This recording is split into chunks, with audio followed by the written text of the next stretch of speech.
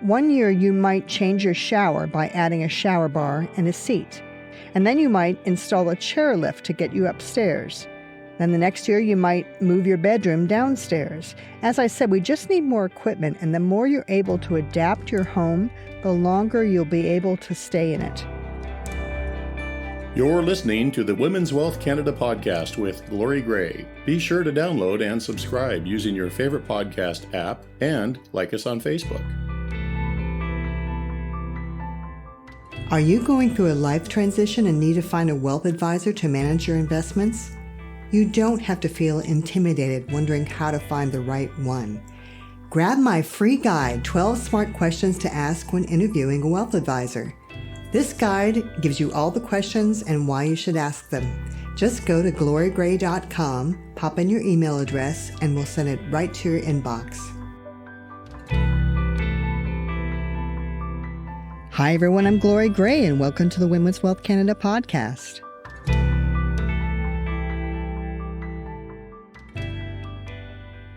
I was recently honored to be part of a panel of businesswomen who were speaking to a group about retirement, and the discussion centered around how we can plan for financial freedom and what that means to you.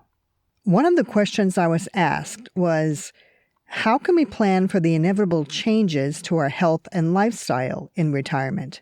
When you sit down with a financial planner, one of the first things they're going to do is prepare a financial plan that gives you an idea of your cash flow requirements over the years for the rest of your life. How much money is going out every year? How much is coming in? Where is that money coming from? And do you have enough saved to make it all work? Now, everyone is different, but it is helpful to know some averages and some basic trends in our society so you know what to expect. Research has found that, assuming you retire in your 60s, expenses in our 60s are usually much higher than they are in our 80s. In our 60s and 70s, we're traveling more, visiting grandchildren, and checking off our bucket list as fast as we can. By the time we reach our 80s, most people, not everyone, but most, have sort of been there, done that, and are content to stay at home more often. Travel health insurance premiums double with every decade, and if you have health problems, they're even more expensive.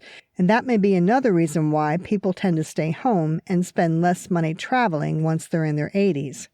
So by then, you're spending less on travel and entertainment. However, research shows that out-of-pocket healthcare costs go up in our 80s, and particularly in our 90s. We may need more money for our own comfort. We just need more equipment. One of the questions I get often is, what are the chances of me residing in a care home, and how do I plan financially for that? A great place to find information about what to expect as a senior living in British Columbia is the Office of the Seniors Advocate of British Columbia. Isabel Mackenzie has held that office since 2014, and if you ever have a chance to hear her speak, go. She's a very engaging speaker and a wealth of information. Here's some encouraging information that her office uncovered. At age 65, 95% of us are completely independent and living at home. At age 85 and older, 75% of us are still completely independent and living at home. 20% of us by then are in assisted living, and 5% of us are in nursing care. And at age 95 and older, half of us are still at home. And as you adapt your home as you age, you tend to live there longer. For example, one year you might change your shower by adding a shower bar and a seat. And then you might adjust the threshold so that you don't have to step up into it. And then you might install a chairlift to get you upstairs. Then the next year you might move your bedroom downstairs. As I said, we just need more equipment, and the more you're able to adapt your home, the longer you'll be able to stay in it. Now let's talk briefly about dementia. I am no expert on this subject, so again, I'm getting this information from Isabel Mackenzie's office. In BC, of those aged 85 and older, 80% do not have dementia. And you know, I was listening to Isabel talk on this subject, and she put it this way: many older people are not demented, they're just a little dim. They weren't rocket scientists at 20. They don't suddenly become rocket scientists at 80. Being ditzy may seem cute at 20. At 80, it looks entirely different. I don't mean to make light of this, but I want you to feel encouraged by these statistics. Now, here's what you can do. Start gathering information about the in-home care that's available near you. Take tours of some of the assisted living facilities nearby. I was taking a tour of one of these facilities with a client myself, and let me tell you, many of them are like being on a cruise ship. I didn't want to leave. I ran into former neighbors of mine while I was touring the facility, and they were so happy and active. They were in their 80s at the time, and they said they wished that they had moved there sooner. So it's a good idea to begin researching those costs. Share your wishes with your family, and share them with your medical representative. And also, share them with your financial planner. Have your financial planner incorporated into your financial plan. Have them run some cash flow scenarios for you to figure out that if you need that extra help in your 80s and 90s, how will that affect your nest egg and what can you do about it? Now, when I'm meeting with someone who's planning on retiring in the next year or so, one of the questions I ask them is, in retirement, what will you do to maintain your physical, emotional, and spiritual health along with your financial freedom? I can't stress this enough. All the money in the world means nothing if you're not healthy.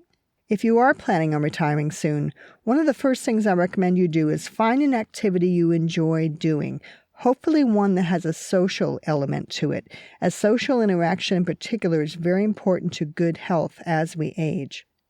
The Public Health Agency of Canada has these recommendations. For those of us over age 65, we should take part in at least 2.5 hours of moderate to vigorous intensity aerobic activity each week. Plus, we should add muscle and bone strengthening activities using our major muscle groups. That's the legs, that's the arms. Add those at least twice a week to help your posture and your balance. Think about getting functional exercise. If you want to be a competitive athlete, that's fabulous. But if not, concentrate on functional exercises. These are the ones that help our bodies get down, get back up again, walk, push, and pull.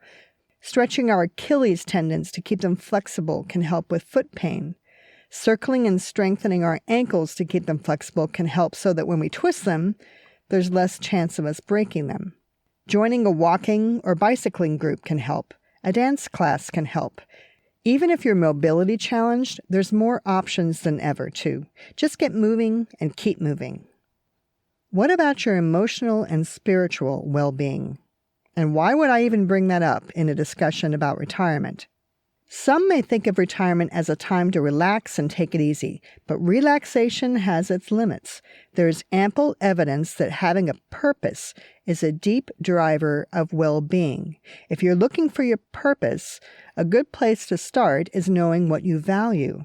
So here's a little exercise. First, get a little notebook, or use a phone app if you prefer. Take a week or so and write down the answers to these 3 questions. What do I need more of in my life?